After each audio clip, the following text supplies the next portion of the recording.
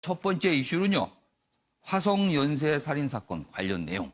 지금 용의자 33년 만에 특정이 됐죠. 그 후속 기사들이 오늘 많이 나오고 있습니다. 첫 번째 기사 보겠습니다. 매일경제입니다. 용의자 1차 조사에서는 범행을 부인했다. 6개 사건과 연관성 입증이 관건이다. 이렇게 돼 있습니다. 지금 이 용의자의 DNA가 검출된 5차, 7차, 9차 사건. 여기는 DNA가 나와서 이제 일치가 돼서 요 내용으로 좀 용의자를 특정했는데 나머지 6개 사건도 지금 들여다보고 있는 거예요.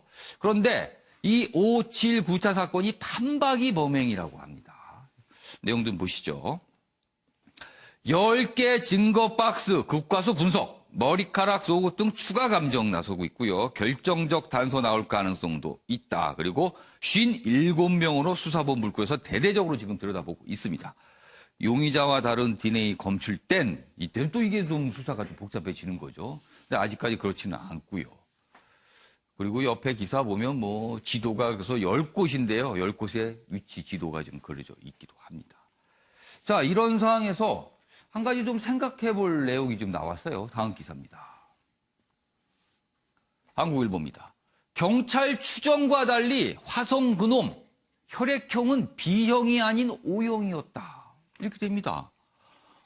과거에 이 화성 연쇄살인 사건 그때 추정했을 때는 이 누군가 이 범인이 B형일 것이다. 이렇게 지금 경찰은 추정을 했거든요. 그런데 막상 지금 용의자가 특정이 됐는데 그 용의자는 O형이라고 합니다.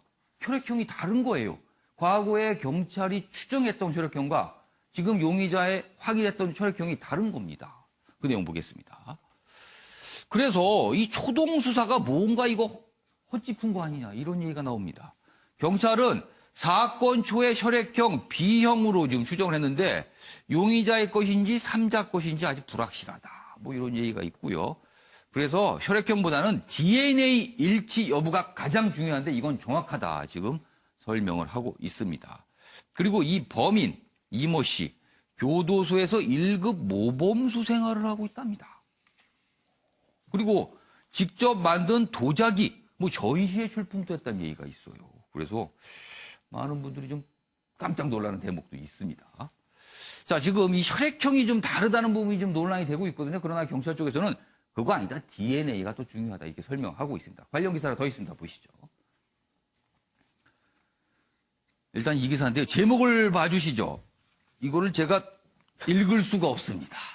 0.0이 엄청 갑니다. 이거를 제가 그래서 찾아왔거든요. 이걸 이렇게 읽으면 된다고 합니다. 10의 23 제곱분의 1. 그러니까 뭐 거의 희박합니다. 그러니까 이런 가능성이 있기로. 이런 확률인데 DNA 분석이 틀릴 확률은 제로에 가깝다. 그렇습니다. 보시죠. 뭐 제가 공이 뭐 20개가 넘습니다. 그러니까 이거는 거의 확률이 없다라는 거죠. 이게 DNA는 이만큼 정확하다는 겁니다. 범죄자 17만 명 DNA 하루면 분석이 끝난다. 그러니까 과학적으로 입증된다. 그러니까 최근에 방금 본 기사는 혈액형이 조금 논란이다 그랬는데 경찰 쪽에서는 혈액형보다는 DNA다. 이게 중요한 거다. 이렇게 설명을 하고 있습니다. 자, 그럼 여기서요. 어제 경찰이 오전에 발표를 했습니다. 그 내용 확인해 보겠습니다. 1986년부터 1991년 사이에 발생한 화성 연쇄살인 사건의 수사 진행 사항을 말씀드리겠습니다. 경찰은 2006년 4월 2일 공소시효가 완성된 이후에도 진실규명 차원에서 당시 수사기록과 증거물을 보관하면서 국내외 다양한 제보들에 대하여 사실관계 확인 절차를 진행해 왔습니다. 금년 7월 15일 현장 증거물 일부를 국과수에 DNA 감정 의뢰하였습니다. 현재까지 3건의 현장 증거물에서 검출된 DNA와 일치하는 대상자가 있다는 통보를 받고 수사 중에 있습니다. 예, 3건의 현장 증거물의 DNA가 일치하고 있다, 용의자와. 그러나 혈액형은 당초 경찰이 추정했던 것과 지금 용의자가 다르다. 이렇게 된 겁니다. 어떻게 보면 두 가지가 뭔가 충돌하는 듯도 보여요. 이수희 변호사, 이건 무슨 상황일까요? 아니 지금 혈액형이 같은 사람은 우리 여기 예. 5명 중에서도 예. 나올 수 있어요. 예. 하지만 DNA 그 일치 아. 확률이 같을 것은 예. 저렇게 0.0밖에 예. 안 된다는 거죠. 그러면 예. 더 정확한 거는 뭐겠어요? DNA 대조 아. 결과이겠죠. 예. 그러니까 뭐 혈액형은 저는 저 그 화성 연쇄 사건이 1986년에서 91년까지예요. 예. 그때는 과학 수사라는 게 예. 거의 개념이 없던 때. 어. 영화에서 좀 표현이 됐지만 예. 현장 보존도 제대로 안 되고 있었던 거고. 아. 그 혈액형에 이제 압축하는데 당시 경찰들이 많은 애를 예. 썼겠지만 결과적으로 보면은 그 틀렸다고 할 수도 있고 아닐 수도 예. 있죠. 왜냐하면 10번의 그 연쇄살인이 있었는데 예. 8차의 경우에는 모방범죄라서 거기는 범인을 그렇죠. 잡았고 그리고 지금 이 DNA 그 대조를 했을 때 예. 5차, 7차, 9차 3건에 있어서 예. 지금 일치가 나왔기 예. 때문에 다른 그 경우 6건의 경우에는 또 알 수가 없는 거라서 뭐라고 저 혈액형이 틀렸다라고 말할 수는 없겠지만 예. 그 계속 과학 기술이 발달하기 때문에 DNA 일치가 더 훨씬 정확한 거니까 예. 혈액형을 따질 계제가 아니다 지금. 그럼 당시에 B형으로 추정한 거는 뭔가 그 당시에 증거가 좀 오염됐을 가능성도 있어 보이는 거네요, 그러면. 예, 그리고 이제 그 9번의 범죄가 예. 지금 유력 용의자인 이 사람이 예. 다 한 건지 예. 아니면 또 다른 범인이 있을 그렇죠. 수도 있는 건지 그거는 이제 추가 조사가 더 필요한 것 같습니다. 그래서 지금 6건에 대해서도 경찰이 지금 조사를 벌이고 있다. 이런 얘기가 지금 나오고 있습니다. 자, 이런 가운데 이 용의자 지금 갇혀 있습니다. 그런데 모범수랍니다. 흉악범 용의자. 그러나 모범수. 무기수인데 모범수. 뭔가 또 잘 맞지가 않죠. 충돌하고 있어요. 그 모습이. 그 기사가 오늘 있습니다. 보시죠. 동아일보입니다. 흉악범 대 모범수 두 얼굴이다. 무기 복역하며 출소 뒤 주소지 물색 이렇게 돼 있어요. 이건 또 무슨 얘기일까요? 화성 연쇄살인 용의자의 이중 성향 아니냐 이렇게 지적을 하고 있어요. 뭐 진짜 이중 성향인지 모릅니다만 일단 분석은 이렇게 되고 있습니다. 내용 자세히 보면요. 제가 지금 소개를 해드릴 내용인데 이거는 진짜 모범수의 모습인 것 같아요. 가구 기능사 자격증 따고 전시회에 입상도 했다. 뭔가 그 안에서 열심히 뭘 한 거죠. 반장 맡을 정도로 교도소의 신임이 두텁다. 아들, 아내 피 흘릴 때까지 때리고 살림 돌본 처제 성폭행기 살해. 지금 이래서 지금 무기수로 들어간 거잖아요. 사체유기수법도 화성살인과 비슷.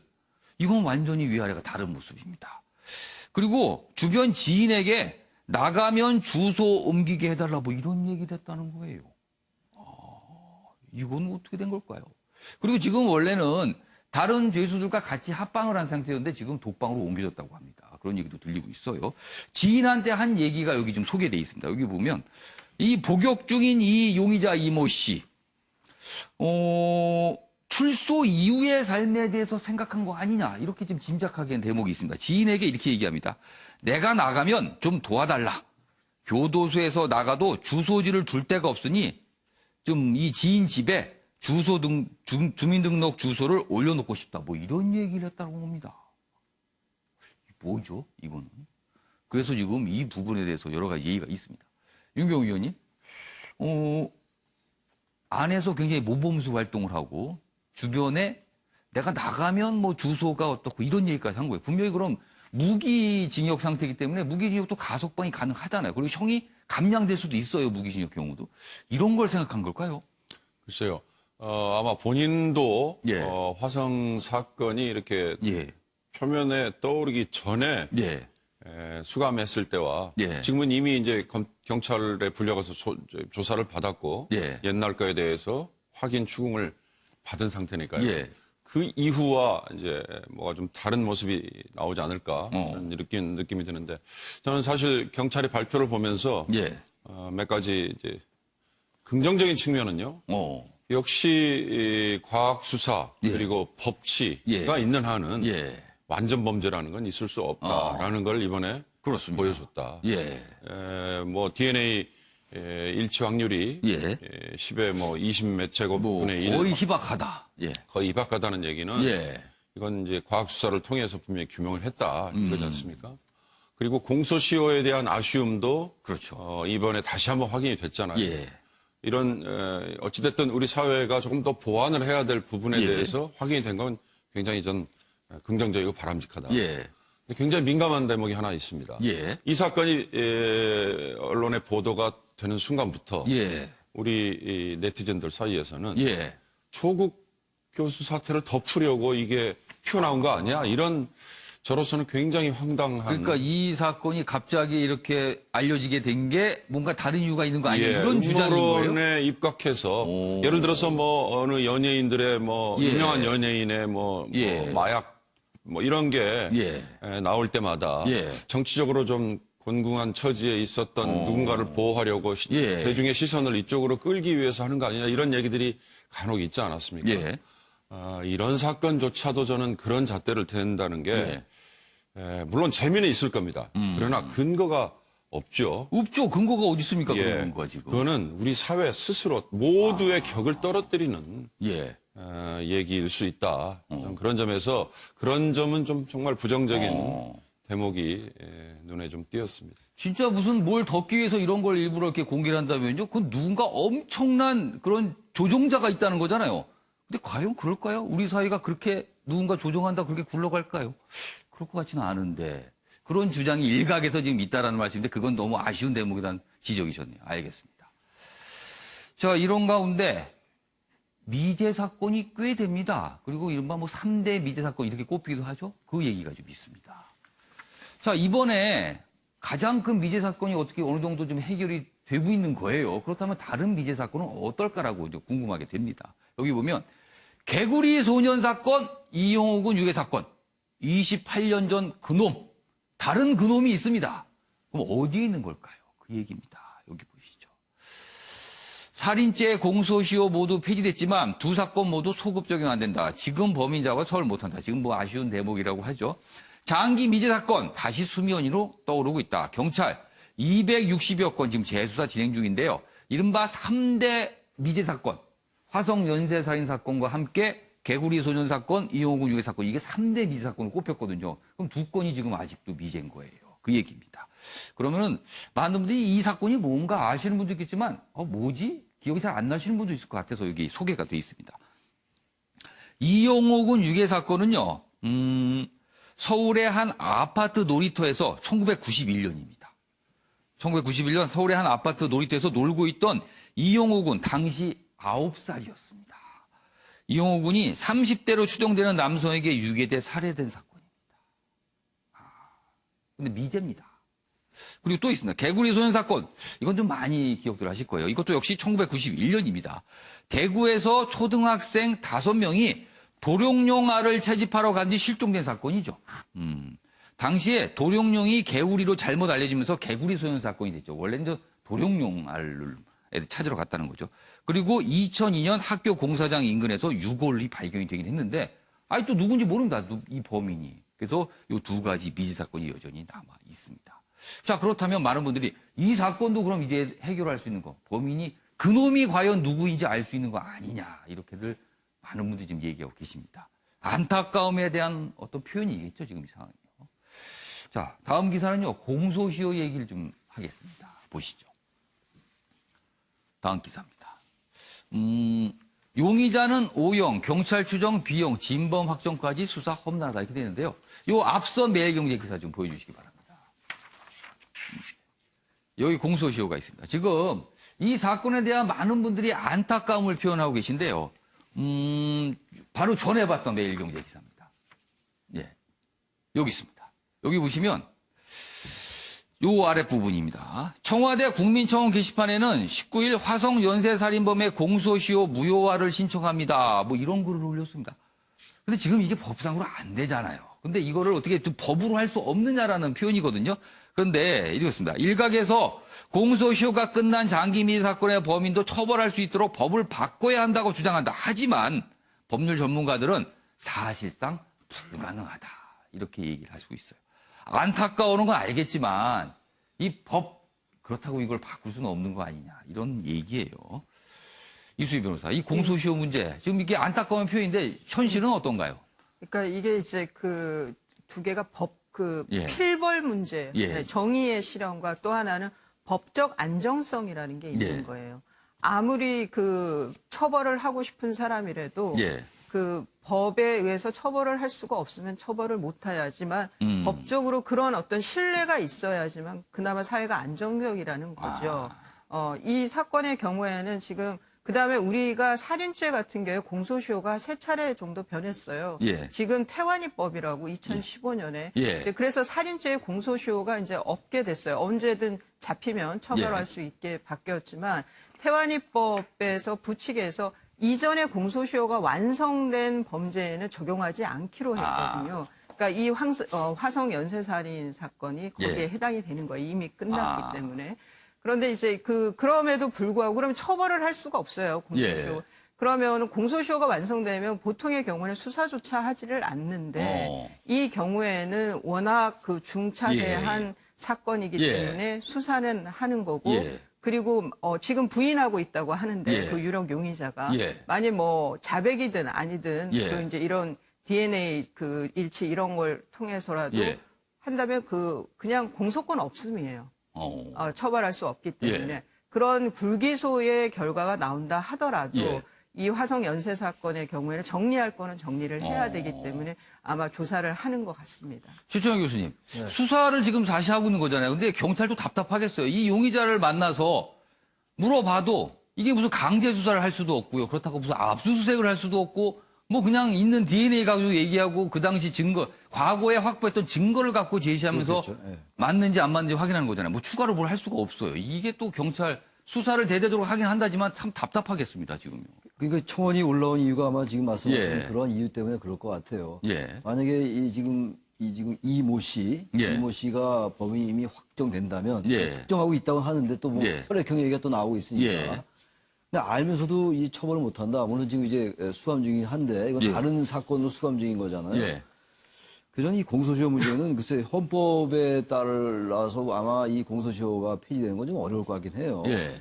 근데 이것도 마찬가지 아닙니까? 이미 공소시효가 완성됐음에도 불구하고 수사하는 이유는 어쨌든 누군가 정확히 알아내겠다라는 거 아니에요. 근데 그것이 처벌로 연결되지 않는다면 예. 그건 대단히 안타까운 거거든요. 예. 그래서 이 법이라는 것도 우리 시민사회의 합의에 따라서 만드는 거 아니겠어요? 예. 헌법도 사실은 뭐 정치적 결단인 예. 것이고 그래서 이 살인죄 공소시효도 폐지된 거 아닙니까? 그렇죠. 태연법. 지금은 다 폐지돼 있습니다. 있잖아요. 이걸 어떻게 할 수 없죠. 만약에 이걸 되돌린다면 그야말로 법적 안정성이 해쳐지는 거니까. 법치주의 국가에서. 예. 좀 그렇다 하더라도 국민들의 이러한 여론이 있고 예. 특히 개구리 소년 사건 같은 건 저도 너무 기억이 정확하게 나거든요. 예. 전혀 좀 모르는 거 아닙니까? 예. 그럼 이건 저 개구리 소년 사건도 이 지금 이제 화성 연쇄살인 사건처럼 예. 언젠가는 범인이 특정될 수 있는 거 아니겠어요? 근데 그러면 그때 가서 또 지금 개구리 소년 사건은 한 명도 아니잖아요. 저것도. 근데 그것도 이제 공소시효 끝났다고 해가지고 전혀 예. 뭐 어떤 처벌을 못 한다. 예. 그건 좀 글쎄요. 뭐 제가 법률학자가 아니기 때문에 정확히 말씀을 못 드리겠습니다만 예. 다른 어떤 대체적인 입법 같은 걸로 가능한 부분은 없는지 헌법에 있으니까 위헌되는 거니까 더 이상 얘기할 여지는 예. 없습니다만 그걸 몰라서 드리는 말씀은 아닌데 예. 그런 걸 이번에 아마 사회적 토론으로 한번 할 필요가 좀 있을 것 같아요. 뭐 현실적으로 공소시효 부분은 이게 아까 지금 이수희 변호사 그렇습니다. 말씀하셨지만 법률적으로는 어떻게 할 방법이 없다. 그리고 그걸 잘못 건드게 되면 오히려 다른 부작용이 있다. 뭐 그래서 아마 이런 여러 가지 지적들이 나오고 있습니다. 아무튼 많은 분들이 좀 답답해하죠. 그 상황을 보면서 이게 뭔가 찾았는데 이게 뭔가 그런 분들이 좀 있습니다. 알겠습니다. 이번에는요. 조국 장관 관련 내용을 좀 이어가 보겠습니다. 다음 기사입니다. 세계일보 기사입니다. 구속 전에 해외에 머물던 조국 오촌 조카. 그렇죠. 지금은 국내에 들어와서 구속됐습니다. 근데 그 전에 해외로 나가서 잠적했다. 그렇게 알려졌죠? 뭐 같은 건 들어와서 지금 수사를 받고 있죠. 근데 해외에 머물 당시에 이 오촌 조카, 조국 장관 청문회 준비단과 긴밀한 연락을 한 거 아니냐. 뭐 이런 암시하는 어떤 정황이 나왔다는 거예요, 지금. 뭐 그런가요, 지금 이게 뭔가. 여기 보시면 지금 사모펀드 관계자와 무슨 전화 통화를 한 내용이 지금 공개가 됐어요. 근데 청문회 나가지 말라. 이게 무슨 소리입니까? 본인은 해외 나가서 잠적해 있는데 이 펀드 관계자에게 청문회를 뭐 나가라 마라 이런 얘기를 하면 이상한 거잖아요, 이게. 검찰 통화 녹음 파일 확보, 회유 정황 아니냐. 뭐 이렇게 얘기가 나오고 있습니다. 여기 보면 이렇습니다. 이 아랫부분 봐주시죠. 그러니까 이런 내용을 했대요.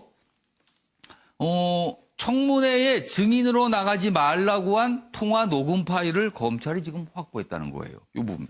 청문회를 증인 나가지 말라? 그리고 또 이런 얘기도 있습니다.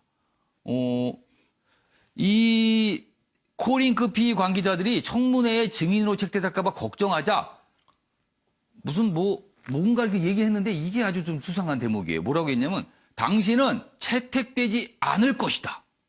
그러니까 증인으로 채택되지 않을 것이라는 거예요. 아니 해외에 있는데 이런 얘기를 왜 했을까요? 그래서 뭔가 이게 청문회 준비단과 긴밀한 연락을 한 거 아니냐. 그거 이렇게 좀 의심이 든다. 이런 대목입니다.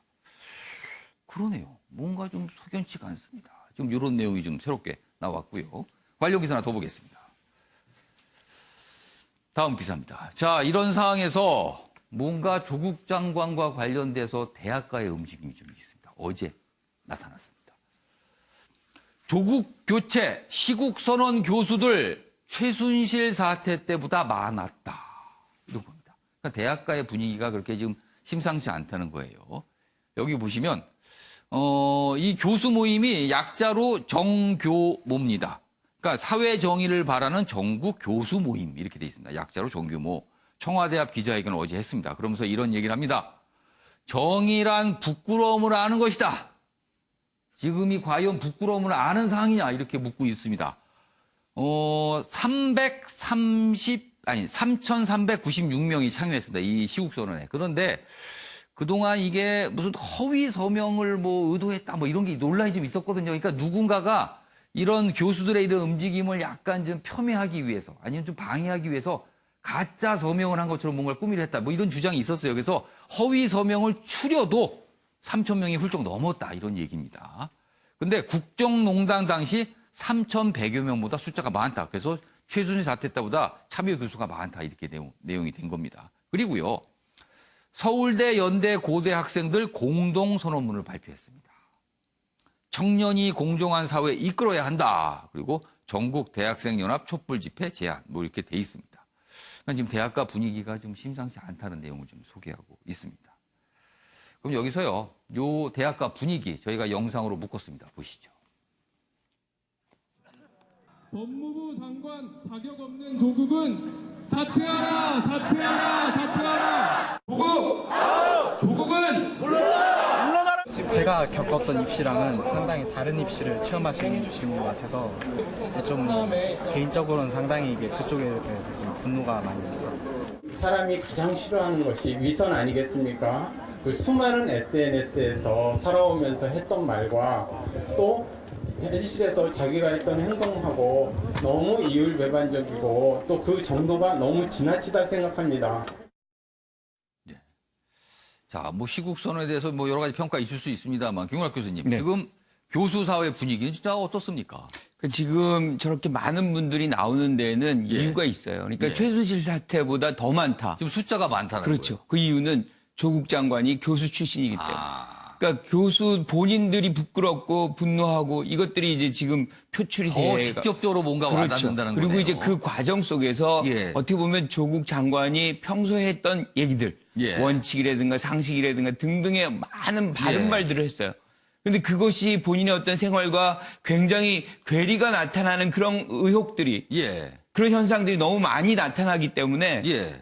같은 교수의 입장으로서 굉장히 견디기 어려운 그런 측면이 예. 이분들이 이렇게 많이 모이게 하는 그런 요인으로 좀 작동이 된 것 같아요. 최창현 교수님께서도 교수시니까 지금 분위기 느끼실 거 아니에요? 어떤지 지금? 글쎄요, 사람에 따라 다른 것 같아요. 그것도. 예. 저도 사실은 주위에 좀 이른바 예. 진보 성향의 교수들에게 전화를 좀 많이 걸어봤어요. 보수 성향 교수들은 사실 이게 진보 보수 이념적인 걸 따질 계제는 아닙니다만 예. 어쨌든 그런 것들을 전혀 무시할 수 없다면 예. 그 보수 성향의 교수 말고 예. 진보 성향 교수들에게 전화를 걸어봤더니 약간 다 반응이 다르더라고요. 예. 근데 저는 이제 시국선언 저게 의미가 왜 있냐면요. 우리 사회의 어떤 중요한 과거의 민주대 반민주 구도 때 예. 그 민주화 투쟁할 때도 그랬고 예. 교수라는 사람들이 아무튼 어떤 이른바 지식인으로서 예. 사회의 어떤 중요한 이슈나 사회적인 그 문제에 대해서 나름대로 의견을 표명하는 거 아닙니까? 예. 굳이 거창하게 사회 참여, 정치 참여 예. 이런 부분을 떠나서 예. 근데 저런 중요한 사건이 있을 때 반드시 시국선언이 있어요. 그다음에 시국선언이라는 건 물론 숫자도 중요하겠습니다만 예. 그만큼 국민들이, 우리 시민들이 음. 이 사안을 심각하게 바라보고 있다는 하나의 징표거든요. 저는 그래서 저 사안, 물론 저기 계신 분들이 한국당을 지지한 분들도 계실 것이고 예. 또 민주당을 지지한 분도 있을 예, 거예요. 예. 근데 저는 그런 걸 떠나서 예. 지금 저 아까 그 이재봉 교수라는 분이 얘기했던 것처럼 예. 이번에 나타난 여러 가지 이것들은 이런 사안들은 의혹들은 예. 그야말로 상식적으로 이해가 안 가는 부분이 너무 많은 거예요. 물론 그 중에서 어떤 사실인 것도 있을 것이고 예. 최근에 뭐 정 교수, 예. 조 장관의 부인인 정 교수가 SNS에 올린 것처럼 예. 추측인 것도 있을 겁니다. 뭐 계속 억울하다는 입장을 억울하다는 거 표명하고 아니에요? 있어요. 사실과 추측이 이제 혼합돼 있는데 추측이 예. 의혹으로 의혹이 뭐 사실로 이렇게 예, 예. 나오고 있는데 그건 뭐 정 교수의 생각이니까 뭐 그건 그것대로 이제 존중될 바입니다만 예. 저렇게 교수들이 나와서 얘기를 한다는 건요. 예. 그만큼 국민들의 생각을 좀 반영하고 있다고 봐요. 물론 국민들도 지금 완벽하게 뭐 8대2, 9대1까지는 안 간 것 같아요. 조국 예. 장관 임명에 대해서. 예. 그렇다 하더라도 지금 추세라는 게 있는 거 아니겠습니까? 그러니까 추석 전과 추석 이후의 문제인데 예. 전 사실 추석 끝나고 여론이 어떻게 바뀔까가 굉장히 관심이었습니다. 개인적으로는. 근데 추석 이후에 오히려 조금 더 조국 장관 반대에 대한 여론이 좀 높아지는 경향이 좀 있어 보여요. 예. 또 문재인 대통령에 대한 그 국정 지지 그 평가도 긍정보다 예. 부정이 많아지는 예, 경향이 예. 있고 그렇다면 그런 것과 맞물려서 생각해 볼 때 예. 이런 사안들은 최순실 사태 때보다 더 많은 것도 의미가 있다고 좀 예. 보여지고 예. 또 지금 앞으로 이 사안도 예. 완전 축소되거나 위축된다기보다는 좀 확산될 가능성이 높아 보인다는 거예요. 그래서 이러한 것들을 예. 정권이 예. 정확히 좀 들여다봤으면 좋겠다는 생각이 들어요. 이런 간곡하게. 분위기 있다라는 걸 좀 이거는 단순하게 그냥 볼 게 아니다라고 좀 그렇게 강조해 생각합니다. 주셨어요. 네.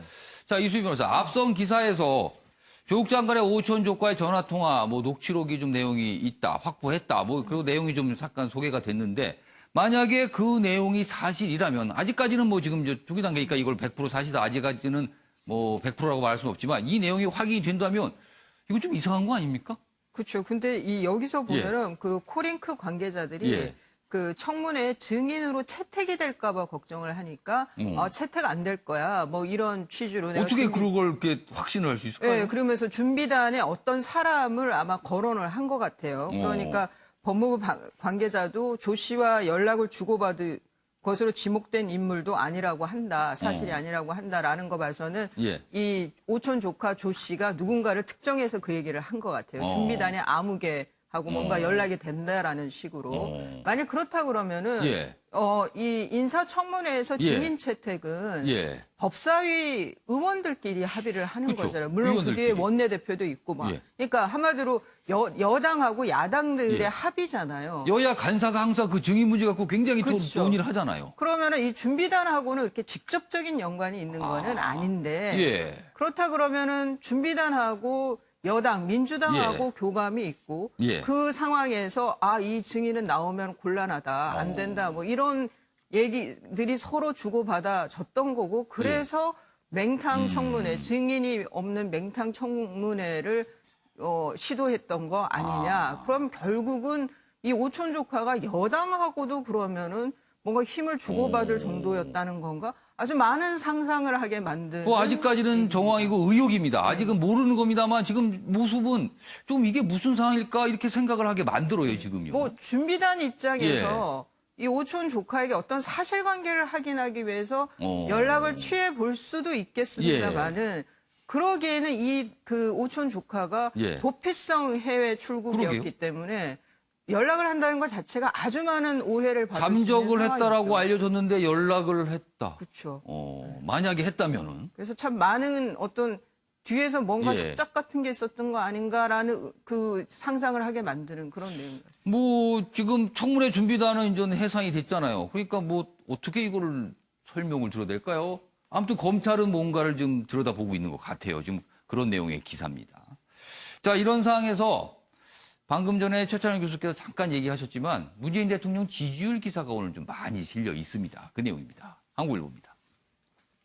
조국 불똥이 문 대통령에게 지지율 43.8%로 취임 후 최저입니다.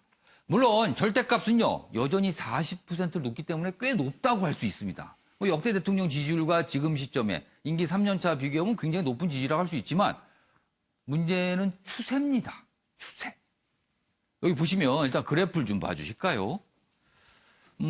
리얼미터 여론조사인데요. 7월 4주부터 9월 3주까지 소개가 돼 있는데 그래프를 좀 봐주시죠. 파란색이 지지율입니다. 이제 긍정평가고 빨간색이 부정평가인데 쭉 내려가고 있죠, 지금.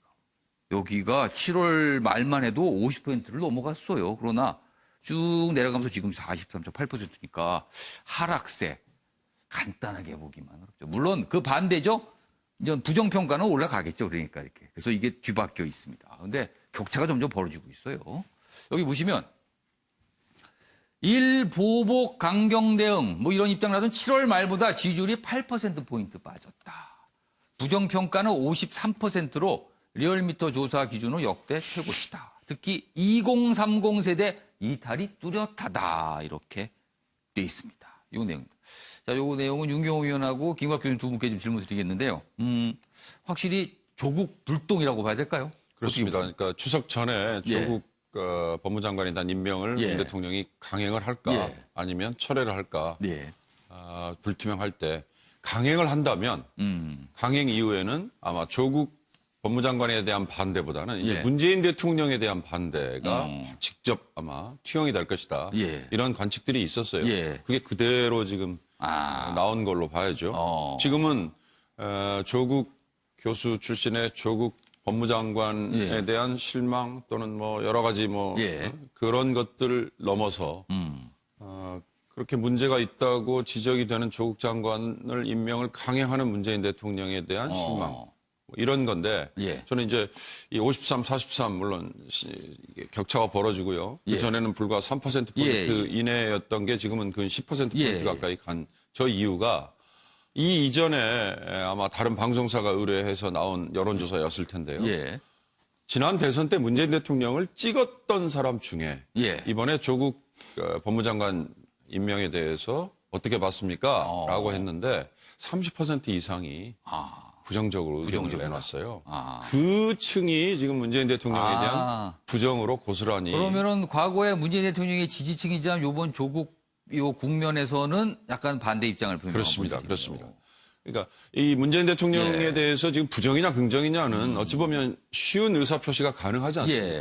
그러니까 이거는 사실은 긍정적이고 또는 지지했다가도 이번 조국 장관에 대한 임명 강행 고집을 보니 예. 정말 실망스럽다라고 해서 부정으로 돌아서는 거 아마 쉬운 선택일 수 있을 거예요. 어찌 보면요. 예. 그 얘기는 다시 또 돌아올 수 있다는 얘기죠. 예. 문제는 예. 그 아래에 있는 정당 지지도입니다.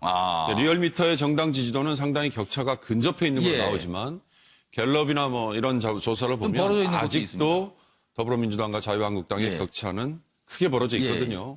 그리고 또 아까 제가 잠깐 언급했던 예. 추석 후 전 나왔던 예. 여론조사에서 보면 이번 조국 교수 사태, 조국 장관 사태 때 여론이 더불어민주당 싫다. 예.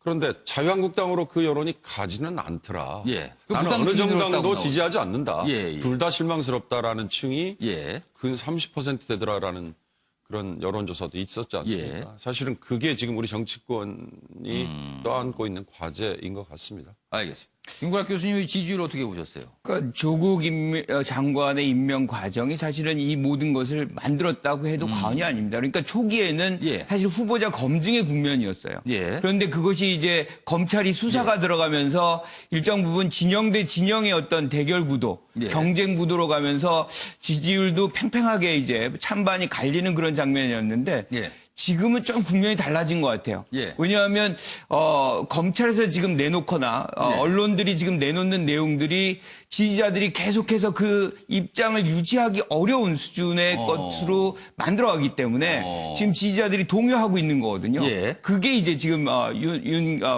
국장님 말씀하신 대로 예. 지지자들이 이탈해 나가는 그런 과정에 있는 거죠. 그래서 이것이 이제 우리가 아까 말씀하신 대로 대통령의 지지율하고도 연동이 되지만 예. 중요한 건 사실 정당 지지율이고 예. 정당 지지율은 곧 내년에 총선과 총선하고 연동이 돼 연결되죠. 있기 때문에 예. 사실은 어떻게 보면 민주당이 굉장히 지금 이걸 예민하게 봐야 되는 거고 지금 이 국면을 방치해서는 예. 사실은 내년 총선이 쉽지 않습니다. 그래서 지금 어떻게 보면은 이 국면에서 민주당이 안 보여요. 예. 그러니까 굉장히 무기력하게 지금 예. 작동을 하고 있는 것은 예.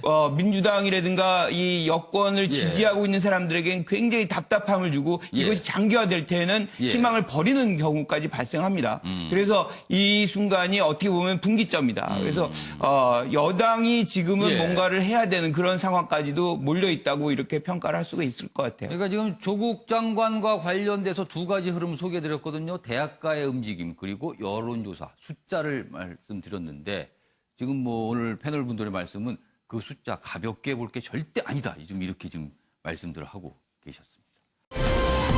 이번에는요, 두 명의 인물을 좀 연속해서 소개하겠는데요. 첫 번째 인물은 김경수 경남지사입니다. 여기 보시죠. 이 두루킹, 킹크랩, 오랜만에 나왔습니다. 어제 재판이 있었는데요. 같이 출석했습니다. 두루킹과 김경수 지사요. 자, 이렇습니다. 킹크랩 본 적 없다. 무슨 소리? 뚫어지게 봤다. 맞습니다. 안 봤다와 봤다가 완전히 충돌하는 겁니다. 지금요. 김경수 두루킹 2심에서 치열한 신경전을 벌였습니다. 두루킹 휴대전화로 보여주며 허락 구했다. 김 지사 측은 두루킹이 말 바꾸기 한다. 무슨 소린가? 그러면서 구글 타임라인 식당 영수증 증거 제출도 이렇게 돼요. 그러니까 킹크랩 이게 이른바 댓글 조작 프로그램을 알죠 있죠. 이거 시연하는 걸 봤느냐 안 봤느냐. 또 한 가지는요. 식당 영수증인데요. 구체적으로는 닭갈비 식당입니다. 닭갈비 식당에서 저녁을 같이 먹었느냐 안 먹었냐. 이게 확정이 만약에 닭갈비 식당에 같이 안 갔다 그러면은요. 이게 또 뭐가 내용이 달라지는 것 같아요. 그래서 이게 어제 쟁점이 됐습니다. 그러면은 한마디로 어제 킹크랩과 닭갈비 이 두 개가 굉장히 쟁점으로 떠오른 건데 식당 메뉴 절대 아닙니다. 재판에서 쟁점이 됐다고 하는 부분입니다. 자, 그럼 여기서요. 관련 영상 보고 이어가겠습니다. 오늘 저희 킹크랩 시연회가 핵심 쟁점이 될 것 같은데 관련해서 말씀 한번 해주세요. 재판 과정에서 누차 밝혀왔고 또 진실을 밝혀가고 있지만 킹크랩 시연을 본 적은 결코 없습니다. 더군다나 한두 번 본 사람들과 불법을 공모했다고 하는 것은 말이 되지 않는 것 아니겠습니까? 어쨌든 재판이 이제 막바지로 가는데 남은 재판에도 최선을 다해서 진실이 밝혀질 수 있도록 성실하게 재판에 임하겠습니다. 네, 고맙습니다. 예, 어제 재판장에 들어가기 전에 김경수 지사의 모습이었습니다. 이수희 변호사. 예. 어제 재판에서 쟁점이 두 가지라고 지금 소개가 돼 있습니다. 킹크랩과 닭갈비 식사인데 각각 왜 쟁점이 된 겁니까? 그러니까 이제 1심에서 예. 그 김경수 지사가 예. 이 드루킹 김이 킹크랩을 이용해서 댓글 조작을 하는 것을 알았다. 예. 그래서 공범이다. 예. 같이 이제 공모를 해서 한 공범이다. 이게 1심에서의 판단이었고 그래서 징역 2년이 나왔었죠. 예. 법정 구속까지 됐다가 지금 보석으로 나와 있는데 1심에서 말한 그 드루킹 김과 김경수 지사가 그 시연을 봤다고 하는 그것이 그 시간이 특정이 됐어요. 2016년 11월 9일 예. 오후 8시 7분 15초에서부터 8시 23분 53초. 굉장히 구체적으로 나와 있네요. 예. 그러니까 16분 38초 동안 시연을 한 그 거예요. 킹크랩을 시연하는 모습을 봤다라는 거네요. 그 주장은. 그게 그런데 드루킹 김의 사무실에서 단 둘이만 그걸 시연해주고 다른 사람은 나가고 거기에 대해서 지금 김경수 지사는 그런 적이 없다는 거예요. 둘이서 그걸 본 적이 없다. 그러니까 우리는 7시에 도착을 해서 다 같이 닭갈비 식당에 가서 그 식사를 했다. 그리고 8시쯤부터 선풀 작업에 대한 브리핑을 받고 그리고 9시에 난 저 산채에서 떠났다. 그러니까 둘이서 거길 그 김씨 사무실에 가서 그 시연을 볼 시간적 여유가 없었다. 그러니까 선풀 그 브리핑 시간이 대략 1시간 가게 되는데 그거를 한 거지 그 시간에 그 시연 본 거 아니다. 따로 둘이 가서 그 사무실에서 볼 시간이 그러면 닭갈비 식사를 했다라는 거는 밥 먹고 나서니까 그럴 시간이 없었다는 거네. 그러면서 시연을 볼 시간이. 그러면서 닭갈비 식당의 결제 영수증을 2심에서 새롭게 제출을 한 겁니다. 그래서 지금 그럴 시간적 여유가 있었느냐 없었느냐. 그러니까 김씨 드루킹 김의 진술을 믿을 수 있느냐 없느냐가 이제 거기에 대해서 어제 재판에서 계속 탄핵을 한 겁니다. 그러니까 이 선풀 브리핑 부분은 양쪽 다 지금 인정한다고 나와요. 1시간 가까이 이거 했다. 그러니까 그 시간을 어디다 집어넣어야 되는데 그렇다면은 시연을 본 시간이 나오느냐? 그리고 닭갈비 식사를 한 시간이 나오느냐? 이런 부분이 되는 거거든요. 그래서 킹크랩과 닭갈비가 쟁점이 됐다고 이렇게 소개가 되는 거군요. 아무튼 지금 재판은 계속 진행 중에 있습니다. 그러니까 뭐 앞으로도 이런 관련 내용, 뭐 그리고 서로 맞서는 모습 계속 나타날 것 같습니다. 자, 이 내용은 이 정도로 하고요. 다음 기사 준비되어 있는데 좀 화면을 좀 봐주시죠. 이국종 아주대 의대 교수입니다. 경기 남북 번역 외상센터장. 지금 많은 분들한테 신망을 받고 계시죠. 그리고 중요한 역할을 한다고 항상 박수 받고 있는 분입니다. 그런데요, 이분이 이재명 경기지사에 대한 선처를 해달라.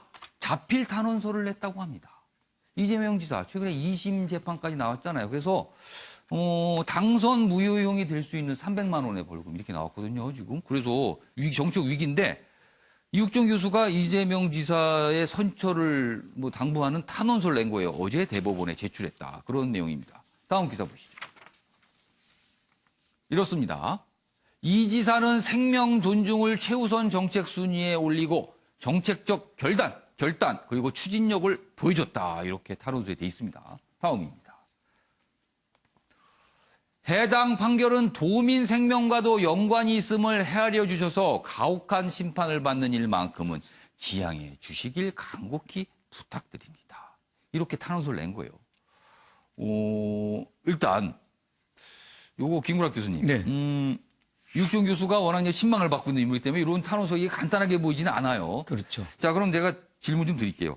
이렇게 탄원서 내용에 공감하십니까? 아니면 이거는 조금 어떻게 보면은 좀 이렇게까지 할 필요가 있었나 이렇게 생각하십니까? 저는 공감은 해요. 그리고 이국종 교수가 진심일 거라고 생각을 합니다. 예. 그런데 이제 문제는 예. 그 효과가 있을까에 지금 대한 대법원 그렇죠. 그러니까 판결 앞두고 이런 있어요. 우리가 탄원서를 낼 때는 형량을 좀 감해주는 그런 효과를 예. 하는 거기 때문에 만약에 이제 이국종 교수가 내려고 했다 그러면 예. 2심 때 냈으면 어땠을까 하는 그런 아쉬움이 있는데 예. 어쨌든 상황이 그 1심에서 무죄가 나왔기 때문에 2심에서 그런 예상을 안 했을 수는 있어요. 예. 그런데 이 장면에서 이제 대법원을 갔으니까 최선의 노력을 다 한다. 예. 그런 차원에서 이국종 교수의 진심이 지금 나타나고 있다라고 보는 거죠. 그리고 예. 지금 이국종 교수가 얘기한 대로 지금 이재명 지사의 어떤 정책적 추진력이라는 건 굉장히 강력하거든요. 예. 그러니까 그런 부분에서 도움을 많이 받은 자의 입장에서는 예. 이런 탄원서를 제출할 그런 동기는 분명히 있다. 그렇게 보여지는 것이죠. 윤경호 근데 의원께서는 문제는 어떻게 보셨어요? 효과가 예. 얼마나 나오느냐는 그러니까 대법원만 그렇죠. 남은 상황에서 이게 효과 있겠냐라고 지금 그렇죠. 생각을 하시는 거네요.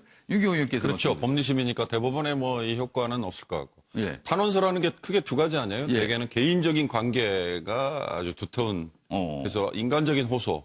또 하나는 이국종 교수의 이 내용처럼 예.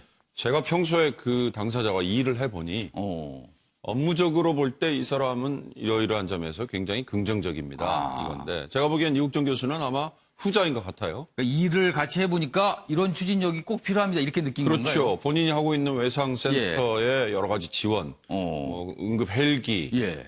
그다음에 또 소음 문제 때문에 지역 주민들하고 예. 뭐 여러 가지 다툼이 있었지 않습니까? 예. 그런 거에서 이재명 지사의 평소의 업무 처리처럼 일도양단 확실하게 정리를 해주고 예. 이런 게 이국종 교수 입장에서는 굉장히 도움이 됐었겠죠. 예. 거듭 말씀드립니다만 저도 김건희 예. 교수님하고 동의합니다. 이 예. 2심이나 아니면 1심 때 이런 탄원서가 만약에 나왔다면 재판부에 조금이라도 영향을 미친다고 이상합니다만 조금이라도 가만히 되지 않았을까라는 생각은 들고요. 좀 먼 편입니다만 이 이국종 교수의 편지는 예. 그냥 언론 플레이용이다 이런 생각이 좀 듭니다. 이수희 변호사, 이게 지금 대법원만 남은 상태 탄원서예요. 그러면은 이 이국종 교수가 바라는 사항이 되기 위해서는 대법원에서 파기환송이 되는 방법밖에 없는 건가요? 그러니까 보통 탄원서는 양형 참작사유 예. 뭐 이렇게 근데 쓰이는데 대법원은 양형을 하진 않잖아요. 예, 대법원에서는 양형을 다루는 건 아니니까. 예. 그러니까 의미가 뭐라 그럴까요? 좀 뭐 이 기록을 좀 더 꼼꼼히 잘 좀 봐주십시오. 뭐 이런 의미의 탄원서가 되지 않을까 싶은데 말씀하신 대로 그러니까 효과가 무엇일까에 대한 생각을 해보게 돼요. 법적인 효과는 없고 그 예. 외적인 효과가 더 있는 게 아닌가 싶습니다. 최창환 교수께서는 어떻게 보셨어요? 이 상황. 이재명 지사가 이제 2심에서 예. 300만 원이 나왔잖아요. 예. 근데 보통 공직선거법에 의한 허위사실 유포가 300만 원 이상 나온 적이 거의 예. 없어요. 예. 유례가 없거든요. 예. 2심은 2심대로 나름의 이제 근거를 가지고 판단했겠죠. 예. 강제 진단, 강제 입원 예. 여러 가지들 특히 이제 토론회에서 예. 그 강제 입원 안 시켰다라는 예. 게 허위사실이다라고 해서 지금 나온 거 아니에요? 2심에서. 전 사실 뭐 개인적으로 굉장히 이례적이라고 생각했어요. 굉장히 예. 예상 바뀌었습니다. 어. 근데 아마 이국적 교수도 그렇게 느꼈겠죠. 특히 이제 저 이국적 교수가 저런 얘기를 한 거는 예. 중증 환자의 어떤 그 이송 체계 예. 이런 것들을 추진할 사람은 이재명 지사밖에 없다라고 그렇죠. 보는 것 중증 같아요. 외상 환자 치료 체계 뭐 이런 걸 지금 체계 구축하는 그 과정이 자체를 얘기하는 있어요. 거죠. 예. 일상적으로 이재명 지사에 대한 것보다 바로 저 부분에 이제 국한시켜서 얘기하는 건데 이재명 지사는 뭐 아까 다들 말씀하신 것처럼 이 예. 정책 추진력이라든지 이런 것들이 다 탁월합니다. 예. 성남시장 할 때 청년수당 예. 같은 거를 끄집어내고 예.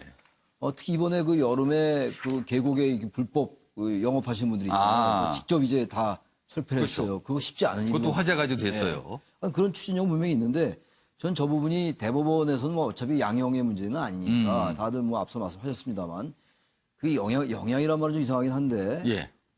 그런 압도적인 시민사회의 그런 그 얘기가 있으면 대법원도 예. 거기에 대해서 고려할 수 있다고 봐요. 대법원이라고 무슨 한국 시민사회에 예. 곁들어 있는 기관은 아니니까. 예. 그러나 저 부분이 과연 얼마나 어. 시민사회에 반향을 줄 것인가 또 별개의 문제인 것 같은데 전 뭐 개인적으로 대단히 안타깝습니다. 이재명 지사 저런 부분들. 뭐 지켜보는 수밖에 없을 것 같아요. 예. 아무튼 오늘 꽤 이제 화제가 되는 기사로 좀 다뤄지고 있습니다. 유승민 의원, 손학규 이렇게 추하게 정치할 줄이야. 이거는 엄청난 비난 신란입니다. 신란. 분당 분위기 바른미래당 내용이 격화되고 있습니다. 손학규의 막말 논란 속에 논란은 됐다 하태경 의원이 징계를 받자 이렇게 유승민 의원이 반발한 겁니다. 오신환 등 손 대표와 함께 못한다 이렇게 보이고 있습니다. 관련 영상이 있는데요. 보고 이어가겠습니다. 이것이야말로 독재가 아니면 무엇이겠습니까? 이런 부분들에 대해서 손학규 당대표는 심각성을 인식하고 윤리위원회 징계를 즉각 철회하기를.